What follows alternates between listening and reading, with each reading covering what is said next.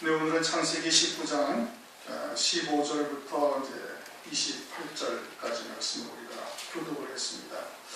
지난 시간에 우리가 13절까지의 말씀을 14절까지의 말씀을 참고했는데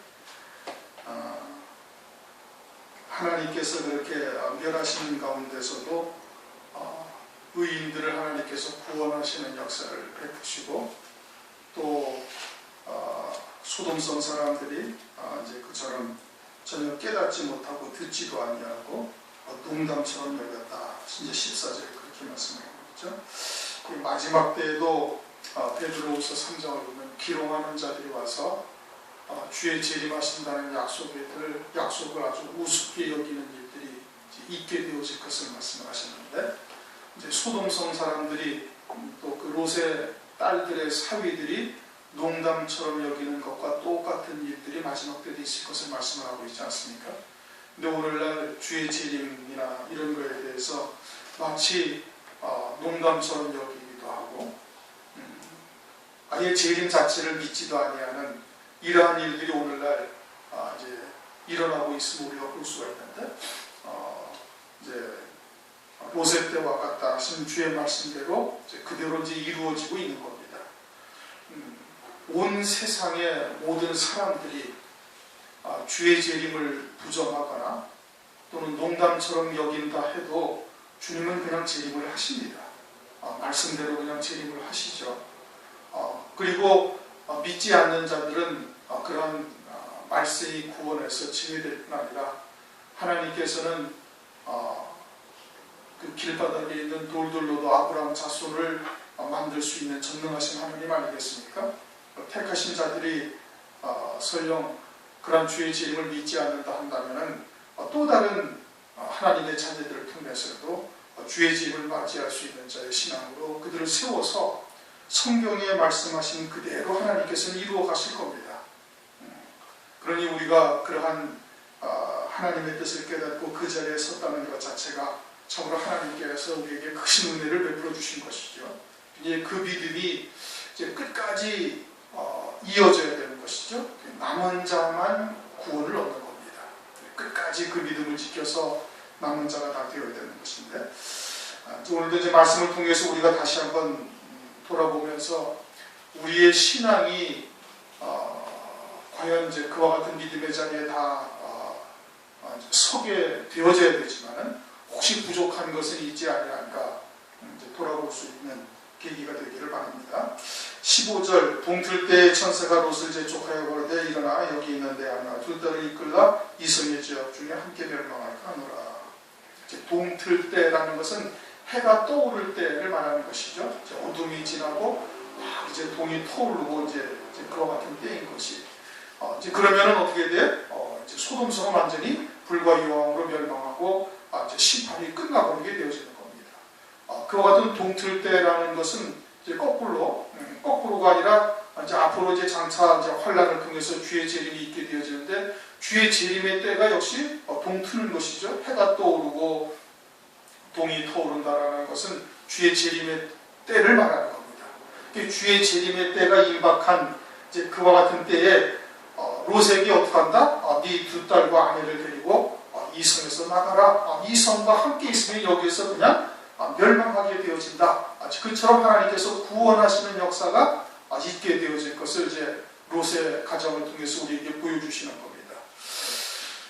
그런데 이제 그 성에 함께 있으면 어떻게 된다고요? 그 성에 함께 있으면 이제 멸망하게 되어지는 거예요. 그런데 이제 뒤에 내용들을 오늘 우리가 읽어봤고 또 이미 이제 알고 있는 내용들이지만 롯이 지체하고 또 결국은 롯의 아내는 소금 기둥이 되어지고 결국은 롯의 가정이 결국은 이처럼 이제 멸망의 길을 걷게 되어져요. 그 이유가 뭐냐? 그 이유가 뭐냐면 세상에 속한 것에 대한 미련을 끊어내지 못했기 때문에 그런 겁니다. 결론은 그거예요.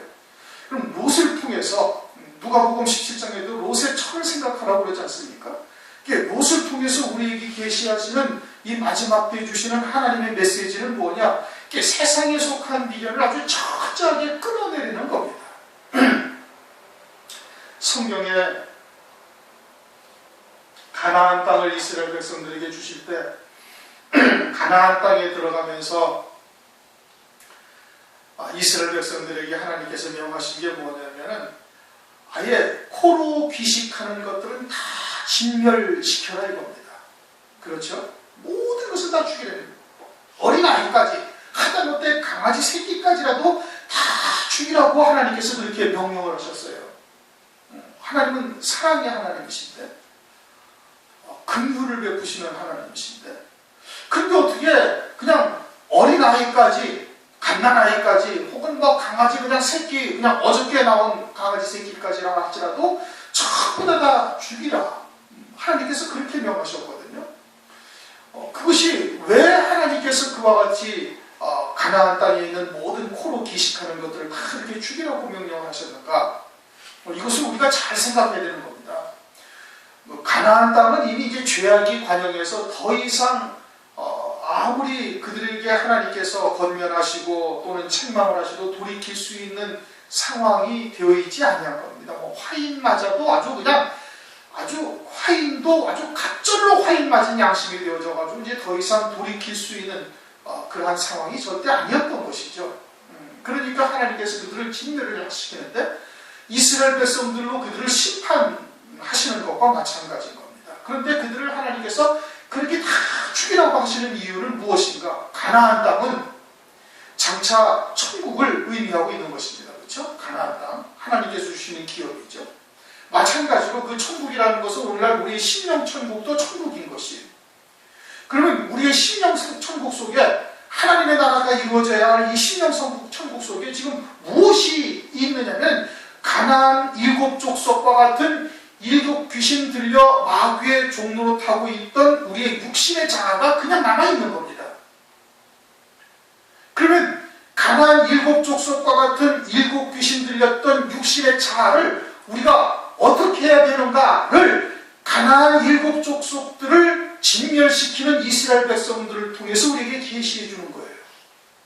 그러니까 우리의 자아, 정과 욕심 또는 육에 속한 것, 세상에 속한 것, 이것을 얼마나 철저히 하나님의 말씀의 검으로 그들을 다 진멸시켜야 하느냐라는 것을 그 실제 가나안 백성들을 통해서 우리에게 계시해 주시고 있는 겁니다. 그 수많은 피를 흘리면서 오늘날 우리가 어떻게 하여야 온전히 산재물이 되고 산자가 되어지고 마지막 때 구원받을 수 있는 자가 되어지는가를 그들을 통해서 계시해 주는 거예요. 그 수많은 피를 흘리면서 우리에게 생명의 길이 무엇인지를 알려주신 겁니다. 그러니까 가나안 족속들을 그렇게 진멸하신 말씀이 다시 말하면 우리의 자아, 세상에 속한 소욕들, 정과 욕심, 그와 같은 것을 아주 철저하게 하나님의 말씀으로 검으로 진멸시키지 아니하면 결국은 어떻게 된다? 결국은 우리의 신앙생활하는 것이 가시채로 뒷발질하는 것과 마찬가지고 마지막 때가 되어져서 롯처럼 이처럼 세상에 속한 미련을 끊지 못하다 결국은 망하는 이와 같은 경우를 맞이할 수 있다는 것을 우리에게 영적으로 계시해 주는 겁니다. 그러니까 철저하게 세상을 십자가에 못 박아야 되는 거예요. 아주 철저하게 세상과 나는 단절된 자가 되어져서 세상이 내게 관계할 것이 없는 그와 같은 신앙의 자리에 딱 서 있어야 되는 거예요. 갈라디아서 6장 14절에 사도 바울도 어떻게 세상은 내게 대하여 이미 아주 그냥 못 박아버렸고 못 박혔고 나도 세상에 대하여 철저하게 못 박혀버렸다. 이 세상은 내게 관계할 것이 없는 거예요. 주님이 그렇게 말씀하면 세상은 내게 관계할 것이 없다. 우리가 그리스도의 것이 되었는가? 하늘에 속한 신앙으로 하늘의 시민권자를 가지고 그렇게 살고 있는가? 새 피조물로 살고 있는가? 새 생명으로 살고 있는가? 그러면 세상은 내게 관계할 것이 없는 거예요.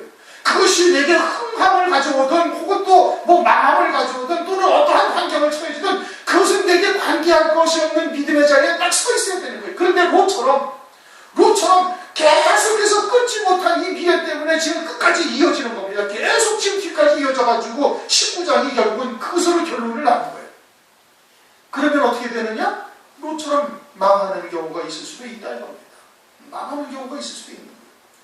그러니까 우리가 롯을 보면서 우리는 롯과 상관이 없다라고 생각해서는 아니 되고 내게도 롯과 같은 그와 같은 소욕들이 여전히 남아있음을 우리가 보면서 그것을 하나님 앞에 철저히 하나님의 말씀의 검으로 십자가에 못 박아야 될 것뿐 아니라 아주 땅에서 완전히 끊어진 자가 되어지지 않으면 마지막 환난의 때 아주 엄청난 고통을 겪을 수도 있고 아니면은 롯처럼 망하는 자의 자리에도 설 수도 있다라는 것을 배제할 수가 없다 이겁니다. 그러니까 우리가 심각하게 받아들여야 되는 거예요. 이 마지막 때, 아직 여유가 있을 때, 아직 환란이 시작되지 아니한 이때 우리가 하나님의 말씀을 잘 새겨서 우리에게 그와 같은 것들이 있다면 철저히 버릴 수 있어야 되는 것이죠. 동틀 때가 되기 전에 그렇게 해야 되는 겁니다. 동틀 때가 되기 전에. 동틀 때에 천사가 롯을 재촉하여 가로되 일어나 여기는 네 아내와 네 두 딸을 이끌라. 누구에게 이끌라? 롯에게 이끌라. 왜? 롯은 그나마도 그 아내나 그 두 딸보다는 나은 신앙인 거예요. 이미 이제 뒤에 나오지만 두 딸 신앙은 소돔화되어져 있고 또 그 아내는 뒤를 돌아보지 않습니까? 왜 뒤를 돌아봐요? 두고 온 보따리에 미련이 남아있으니까, 거기에 남겨둔 재물에 미련이 남아있으니까 그거 뒤돌아보다가 그냥 영원히 소금기둥으로 죽은 자가 딱 되어버리지 않습니까? 그 롯이 그나마 나은 거예요. 그렇게 롯에게 이끌라. 이성의 죄악 중에 한 개 멸망할까 한다. 그 세상에 속한 미련을 끊어버리지 못하면 어떻게 된다? 이성의 죄악 중에 함께 그냥 멸망할 수도 있다 이겁니다. 멸망할 수도 있는 것이.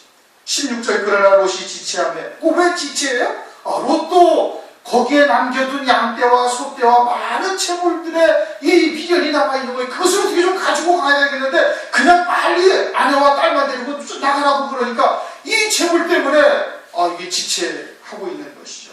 세상에 속한 미련을 거기에 대한 미련을 여전히 두고 있으니까 지체하는 것이죠. 그러자 어떻게 지체하며 그 사람들이 롯의 손과 그 아내의 손과 두 딸의 손을 잡아 인도하여 성 밖에 계속 머뭇거리고 있으니까 천사가 어떻게 한 손에 하나씩 들고 다 데리고 성 밖으로 천사들이 데리고 나간 거예요. 그렇게 데리고 나간 것이 여호와께서 그에게 인자를 더하심이었다. 이 말씀을 잘 깨달아야 되는 거예요. 그들을 목숨을 구원하게 해서 그 망하는 데서 그들을 구원했다 이 뜻이 아니고요. 그 뜻이 아니고 롯이 지금 그 소돔성에 있는 자기의 재물, 자기의 재산 이런 것을 가지고 나오지 못하고 있지 않습니까? 그렇죠? 지금 그것 때문에 지금 머뭇거리고 있으니까 천사가 양손에 하나씩을 붙들고 딱 데리고서 그냥 성 밖으로 완전히 딱 데리고 나갔다. 그래가지고 가지고 나온 게 있어요? 없어요? 아무것도 가지고 나온 거예요. 그냥 빈손으로 나온 거예요. 모든 재산이 다 어디 있어요? 소돔성 안에 있어요. 그리고 조금 오면은 불과 유황이 완전히 싹 불타서 그냥 재가 돼서 다 사라져버릴 위기에 지금 거기에 그냥 바로 그 앞에 있는 겁니다. 그런 상황이 지금 처해져 있는 거예요. 근데 그것을 지금 말씀하시기를 그에게 인자를 더하셨다 이렇게 지금 말씀을 하고 있는 겁니다. 아무것도 보따리 개나리 보찜도 하나 가지고 나오지 못하게 하는 것이 인자를 더하게 하십니다 이겁니다. 만약에 재물을 다 가지고 나왔다면은 그러면 또 소돔성에서의 삶에서 절대 벗어나지를 못하는 겁니다. 하나님께서 우리를 은혜 시대에 하나님께서 연단을 하실 때에도 쫄딱 걷어가시기도 하고 또는 병에 들게도 하시고 그렇게 하시죠. 세상에 있는 것이 싹 없어져 봐야 세상에 속한 미련을 딱 끊어버리고 하늘에 속한 자가 될 수가 있는 겁니다. 롯으로 하여금 완전히 빈털터리로 나오게 해서 소돔에 대한 미련을 완전히 끊어버리게 하신 거예요. 그것이 롯에게 하나님께서 인자를 더하심이었더라 이런 뜻인 겁니다. 세상에 속한 것이 하나도 남아있지 않냐면 세상에 속한 것에 대한 미련을 끊기가 쉽습니다. 그런데 뭐가 많이 있으면은 그러면 그 미련 끊기가 보통 쉬운 게 아니에요. 그렇게 그것을 싹 그냥 불타는 곳에 그냥 내버려 두고 빈 몸으로 딱 나오게 하신 것이 그것이 하나님께서 인자를 더하게 더하셨다 그렇게 말씀을 하고 있는 것이죠. 환난의 때 왜 하나님께서 적그리스도의 권세를 주시고 짐승표가 없으면 매매하지 못할 수 있는 그러한 것까지 하나님께서 예비하셨어요? 세상에 속한 것에서 완전히 끊어버리게 하시기 위해서 그러는 겁니다. 그래야 세상에 속한 미련을 다 끊어낼 수가 있으니까. 그래야 순교할 수가 있고 그래야 예비처를 갈 수가 있고. 그래도 안 되니까 마지막 6개월 가운데 5개월 동안 뭐를 두셨어요? 황충유화를 두셨어요. 그냥 죽지 못해서 살 수밖에 없는, 그냥 죽는 것이 차라리 낫다 할 정도로 어마어마한 고통을, 환난의 고통을 하나님께서 주게 하시는 거예요. 왜요? 그래야 세상에 속한 미래를 완전히 끊어버릴 수가 있으니까. 그것이 뭐예요? 하나님께서 인자를 더하게 하시는 거예요. 그런데 우리가 은혜 시대나 아니면 환난의 때에도 그와 같은 엄청난 고난과 연단의 과정을 거치게 하는 것이 뭐예요? 그것이 우리에게 인자를 더하시는 것이다 이겁니다. 하나님이 사랑을 하시는 것이죠, 우리를. 그리고 롯을 완전히 빈손으로 나오게 하시는 것이 인자를 더하십니다. 그렇게 말씀을 하고 있는 겁니다. 고린도전서 5장을 보면은 자기 아버지의 아내, 아버지의 첩과 간통을 하는 자가 고린도 교회에 하나가 있는데, 사도 바울이 이런 자를 갖다가 고린도전서 5장 5절에 이런 자를 사탄에게 내가 내어주었다 하는 겁니다. 사탄에게 내어주었다라는 것은 그냥 마음껏 네 멋대로 육신의 쾌락을 즐기다가 그냥 끝을 내라 이겁니다. 하나님께서 사랑을 하시면 어떻게 하시겠어요? 그냥 치든지 병으로 치든지 큰 고통을 겪게 하든지 그럴 터인데, 그러지 아니하고 그냥 내버려버리신 거예요.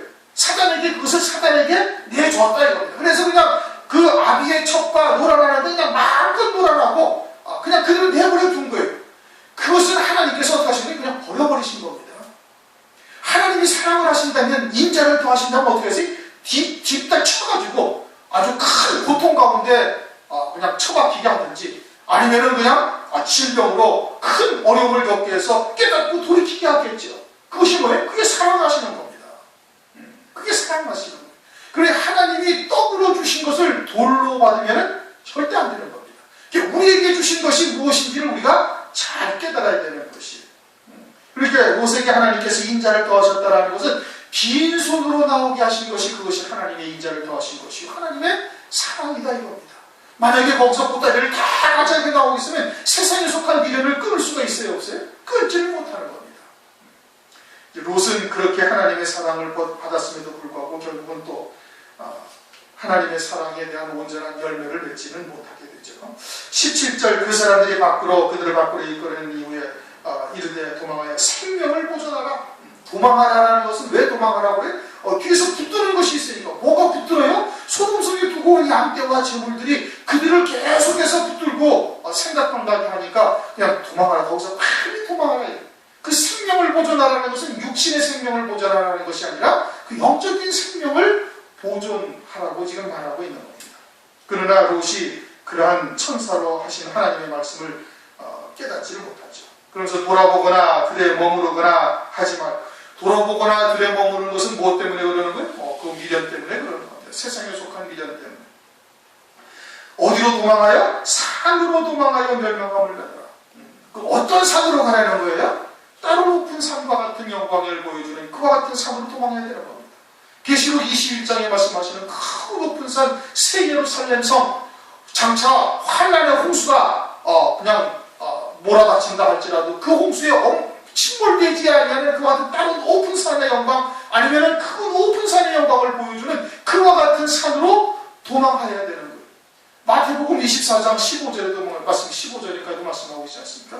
유대에 있는 거룩한 가증한 것이, 거룩한 것에 선 것을 너희가 보거든 유대에 있는 자들을 어디로 도망하라? 산으로 도망하라는 거예요. 산으로. 동네 뒷산으로 도망하라는 얘기입니까? 그런 게 아니거든요. 성경에서의 그 산이 어떤 산이냐? 그건 다른 높은 산의 영광을 보여주는 그와 같은 하나님의 말씀이 있는 교회, 엿새우의 영광을 보여주는 하나님의 말씀이 있는 교회로 도망해야 된다 이겁니다. 거기서 어떻게 해야 돼? 그와 같은 믿음의 자리, 그와 같은 신앙의 자리에 속히 서야 되는 거예요. 그래야 어떻게 된다? 그래야 멸망함을 면하게 되어진다고 지금 말하고 있는 겁니다. 롯이 그들에게 이르되 내 주여 그리 마옵소서, 종이 주께 은혜를 얻었고 주께서 큰 인자를 내게 베푸사 내 생명을 구원하시오나 내가 도망하여 산까지 갈 수 없나이다. 두렵건대 재앙을 만나 죽을까 하나이다. 산으로 가라 하니까, 산으로 도망하라 하니까 뭐라고 그래? 산까지 갈 수가 없다 이거. 왜? 가는 도중에 재앙을 만나서 죽을 것 같다 이겁니다. 따로 높은 산의 영광 또는 크고 높은 산의 영광에 이르는 그 길은 좁은 길이요 협착한 길인 겁니다. 넓은 길, 넓은 문으로 들어갈 수 있는 곳이 아니에요. 그러니까 그와 같은 길을 가는데 고난은 그 맡아놓은 당상이고 뭐 환난과 핍박까지 있을 것이니 그것을 지금 롯은 뭘로 보고 있어요? 재앙으로 보고 있는 겁니다. 새 생명, 새 피조물로 사는 신명이라면 그와 같은 길을 또 그와 같은 다가오는 고난이나 환난을 무엇으로 받아먹어요? 떡으로 받아먹는 거예요. 그것을 통해서 우리를 연단하시고 우리를 갖다가 인내케 하셔서 오직 하늘 소망으로만 사는 자로 이끌어가시는 하나님의 은혜죠. 그것이 돌멩이로 주신 것이 아니니까요. 고난과 환난이 돌멩이로 주신 겁니까? 아니요. 떡으로 주신 거예요. 그것을 통해서 우리로 하여금 언제나 하늘에 속한 자여 세상에 속한 미래를 완전히 다 끊어버리게 하시는 역사를 우리에게 주신 거거든요. 근데 롯은 그것을 뭘로 바라보고 있어요? 재앙이다 이겁니다. 하나님의 저주다. 그러니 그와 같은 것에 좁은 길 협착한 길로 우리가 가다가 그냥 죽을까 한다 이겁니다.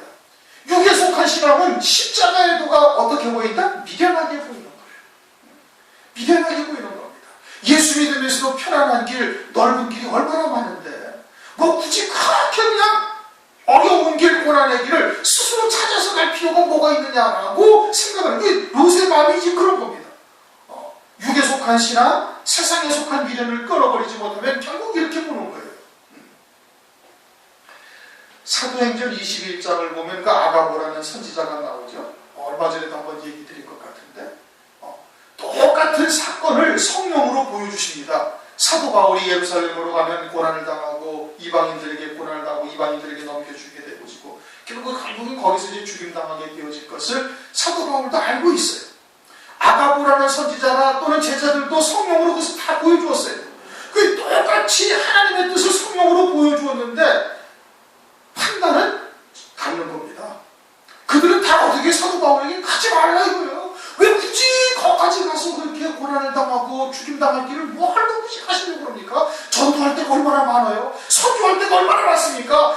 이쪽에 가면 그런 위험도 없고 얼마든지 사도 바울 선생을 환영하는 것도 많이 있는데 왜 굳이 예루살렘에 가가지고 고통을 겪을 뿐 아니라 거기서 잡혀가지고 로마까지 압송되어질 것이 성령으로 이렇게 보죠. 무엇 때문에 굳이 그 길로 가시려고 그러시나이까? 라고 사도 바울을 적극적으로 만류하지 않습니까? 하나님의 뜻은 뭔데? 하나님의 뜻은 예루살렘에 가서 고난을 당하고 그리고는 이방인들의 성경에 넣어줘서 거기 가서도 예수는 그리스도이신 것을 증거하다가 거기서 순교당하는 것이 사도 바울이 가야 할 길이에요. 그래서 사도 바울은 그 길로 가는 하나님의 뜻이 무엇이라고 가는데 그런데 아가보라는 선지자나 또 그 앞에 나와 있는 제자들 어떻게 바울 선생 그 길 가지 말라고 꾹꾹 만류하고 있는 겁니다. 육에 속하여 있으니까 하나님의 뜻을 알고도 순종하려 하지 않아요. 육신의 편안한 길 찾아가는 거예요. 롯의 신앙은 그 높은 산의 영광에 이르는 그 길이 그와 같은 길이 그것이 재앙이라고 생각하는 거예요. 무엇 때문에 순교는 왜 예수 믿으면서도 얼마든지 산재물로 예수 믿고 잘 신앙생활하다가 그리고 이 땅에서도 예수 안에서 영화를 누리다가 그러고도 또 하늘나라로 갈 수도 있는데 뭐 때문에 굳이 그렇게 고난의 길을 가려고 하느냐? 롯은 지금 그와 같은 신앙인 겁니다. 무엇 때문에 그래요? 세상에 속한 미련을 끊어내지 못한 자들의 시각이 이러하다라는 것을 말하는 겁니다. 그것을 재앙으로 바라보고 20절에 보소서 저 성은 도망하기 가깝고 작기도 하오니 내가 그곳으로 도망하게 하소서. 이것은 작은 성이 아닙니까? 작은 성이라는 것은 이제 뒤에 소알이라고 나오죠. 22절 소알 작은 성이다 이겁니다. 그것은 소돔보다 작은 성이다. 뭐가 작아요? 죄악의 크기가 그 성보다는 작은 성이다. 그러니까 여기서는 자기가 이제 살 수 있겠다. 생명이 보존되리라. 거기서는 내가 하나님의 말씀을 증거하기도 하면서 거기서 빛을 발하면서 이렇게 살 수도 있겠다라고 지금 생각을 하는 겁니다. 그러나 사실은 뭐예요? 육신의 편안함을 도모하는 거예요. 산에 올라가서 고난을 겪느니 산에 올라가면서 고난을 겪느니 이 평평한 들이 거기에 많은 것도 많지 않습니까? 곡식도 있고 여러 가지도 있고 그러니까 거기서 육신의 편안함을 도모하면서 거기서 얼마든지 살 수 있다라고 생각을 하고 있는 것이죠.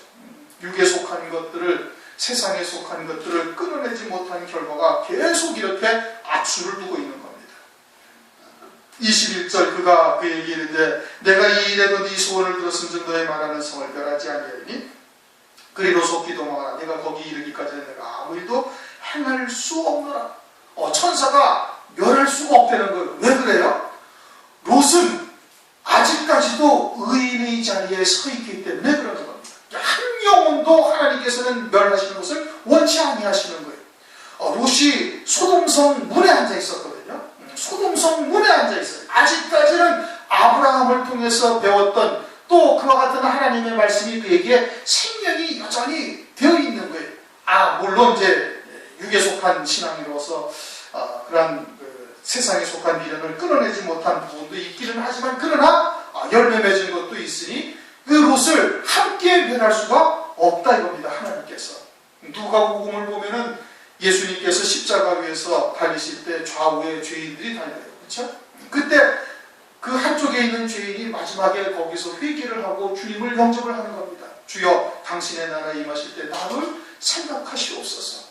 그 말 한마디가 열매가 되어져가지고 주님께서 네가 나와 함께 오늘 낙원에 있으리라. 이제까지 수없이 많은 죄를 짓다가 마지막에 딱 한 번 회개하여 그것이 열매가 되어져가지고 낙원에 이르는 은혜를 입지 않았습니까? 그처럼 하나의 열매를 맺은 것까지도 주님은 절대 멸하지 아니하시는 거예요. 롯이 그동안 아브라함과 함께 믿음으로 열매 맺었던 그 하나의 열매가 여전히 아직까지는 남아있기 때문에 너를 소돔성과 함께 멸할 수가 없다 이겁니다. 주님께서는 작은 소자에게 냉수 한 그릇 준 것까지도 우리에게 다 상으로 바꿔주시는 거예요. 그냥 헛되이 그냥 대충대충 하시는 것이 아니라 이겁니다. 그러니 우리가 이 땅에서 믿음의 말을 하는 것, 믿음으로 그 어려운 역경과 고난을 아무도 모르지만 이겨나가는 것, 그 열매들을 주님께서는 다 기억을 하시는 거예요. 그리고 의인을 구하실 그것을 다 갚아주신다 이겁니다. 롯이 소돔 성문에 앉아있는 신앙이지만 그러나 그를 함께 멸하실 수가 없다. 행할 수가 없다. 그러므로 그 성 이름을 소알이라 불렀더라. 작은 성이다. 그렇게 지금 말하고 있는 겁니다. 23절 롯이 소알에 들어갈 때 해가 돋았더라. 해가 돋았다라는 것은 아침 햇살이 비쳤다는 것이죠. 롯이 아직까지 가지고 있는 진리의 말씀이 소알성에 들어가니까 어둠 속에 빛이 비추이는 것과 마찬가지인 것이죠. 그래서 해가 돋았다라고 표현을 하고 있는 겁니다. 마태복음 5장에도 보면은 너희는 세상의 빛이라 그렇게 말씀하고 있어요. 그렇죠? 롯이 아브라함을 통해서 받았던 말씀이 소알성에 들어가니까 햇빛이 비치는 것과 마찬가지로 우리도 세상의 빛이라고 말씀하고 있지 않습니까? 왜 우리에게 세상의 빛이라고 그래요? 진리의 말씀, 참 빛 되시는 생명의 빛이 되시는 진리의 말씀이 우리에게 있으니까 세상의 빛이라고 말씀하시는 거예요. 그럼 우리가 가는 곳은 지금 뭐가 가는 거예요? 등불이 지금 가고 있는 것과 마찬가지인 겁니다. 여러분들이 서 계시는 곳에 빛이 비추는 것과 마찬가지인 거예요. 그리고 그 빛을 여러분들이 비추셔야 되는 겁니다. 이제는 하나님의 말씀이 내게 생명이 되어져 있으니 내를 하나님께서 등불로 세우신 것과 마찬가지예요. 요한복음 5장 35절 요한은 켜놓인 등불이다. 등불이 된 것과 마찬가지거든요. 그럼 어느 곳에 있든지 그 빛이 비추어질 수 있어야 되는 겁니다. 그리스도의 얼굴에 나타난 하나님의 영광의 빛이 우리에게 이미 비추어졌고 이제는 그 빛을 여러분들도 비출 수 있는 자가 되어야 되는 거예요. 어디에 있든지 그 빛이 자연스럽게 나타날 수 있어야만 되는 겁니다. 롯이 소알에 들어갈 때가 돋았다가 여호와께서 하늘 본 여호와께로서 유황과 불을 피같이 소돔과 고모라에 내리사 그 성과 온들과 그 성에 거하는 모든 백성과 성에서 난 것을 다 엎어 멸하였다. 땅에서 난 것을 다 포멸했다. 땅에 속한 것들을 다 하나님께서 진멸하셨다 이겁니다.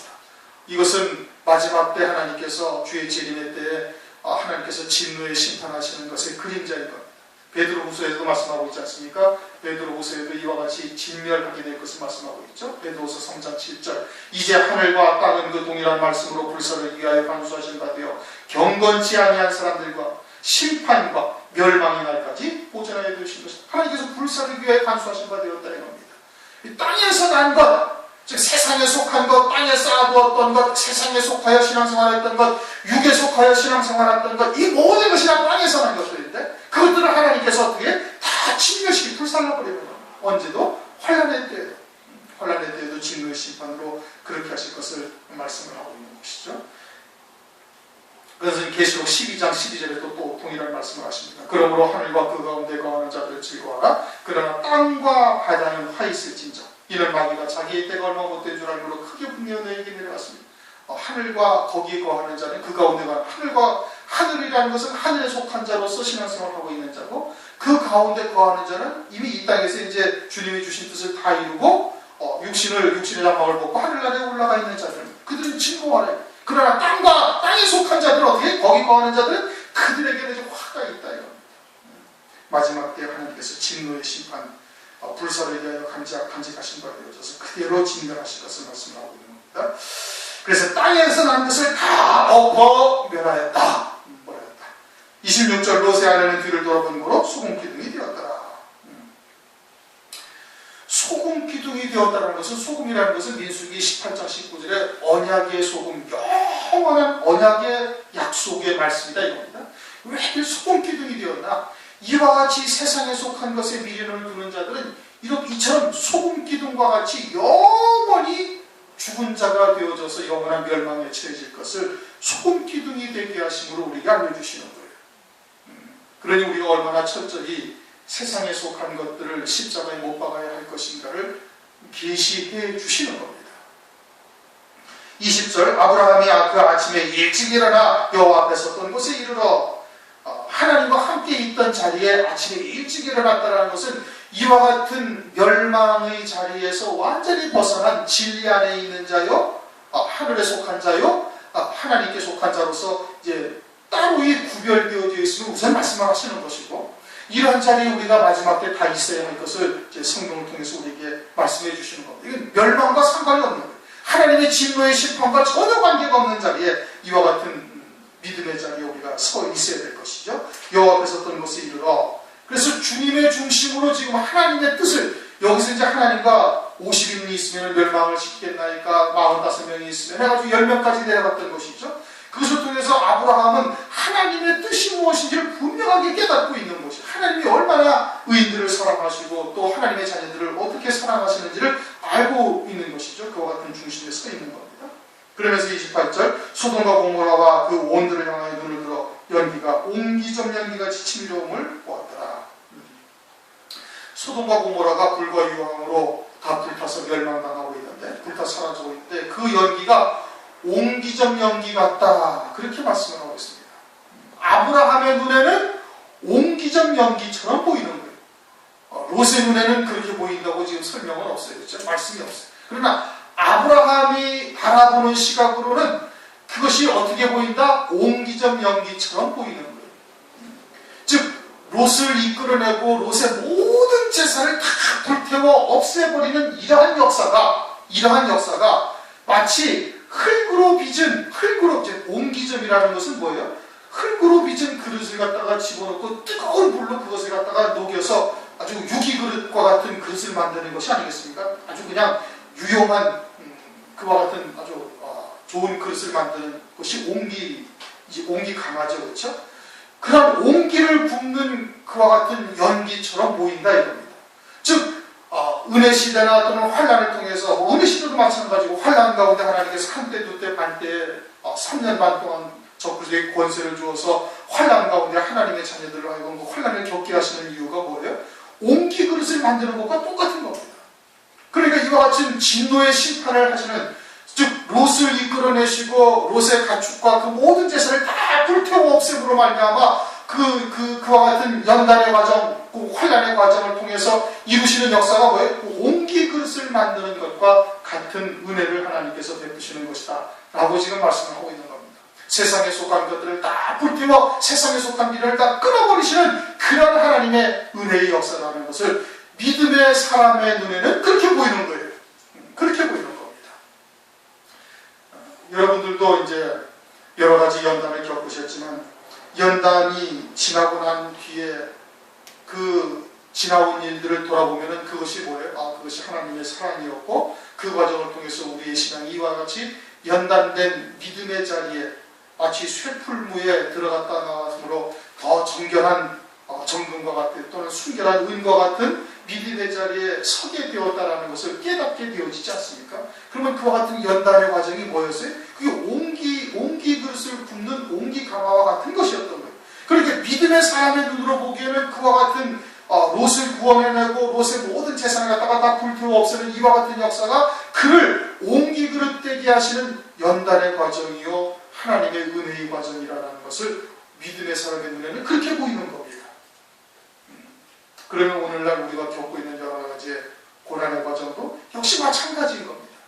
이제까지 지나온 과정을 보면서 그것을 우리가 믿음으로 받고 하나님께 감사하며 그러한 연단의 과정을 통해서 우리에게 이루신 하나님의 뜻이 무엇인지 주님께 묻고 그 믿음의 자리에 서기만 하면 되는 거예요. 그러면은 그러한 과정들은 이제 우리에게 필요가 없어지는 겁니다. 그럼 뭐 하나님께서 치우시든지 아니면 이제 있어도 별로 개의치 아니하는 그와 같은 자리에까지 우리가 설 수가 있게 되어지는 것이죠.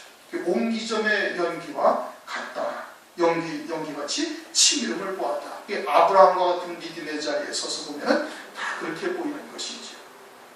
오늘은 15절부터 28절까지의 말씀을 상고했습니다. 서두에 말씀드렸던 것처럼 롯의 신앙의 문제가 무엇인가? 우리에게는 혹시 그와 같은 모습들을 갖고 있지 아니한가? 이것을 우리가 잘 스스로에게 살펴보고 그러한 것이 있다면 아주 철저하게 다 하나님의 말씀으로 끊어내야 되고 땅에서 되어진 자가 되어져야 되는 겁니다. 그러지 않으면 이 마지막 때 또 여러 가지의 과정들을 또 거쳐야 될 것이고 또 환난의 과정도 또 거쳐야 되는 이런 어리석은 자리에 설 수도 있습니다. 우리가 그러한 믿음의 자리에 서지 않냐고 아브라함과 같은 이와 같은 자리에 서서 넉넉히 승리하실 수 있기를 주님의 이름으로 축원합니다. 통성으로 잠시 기도하시겠습니다.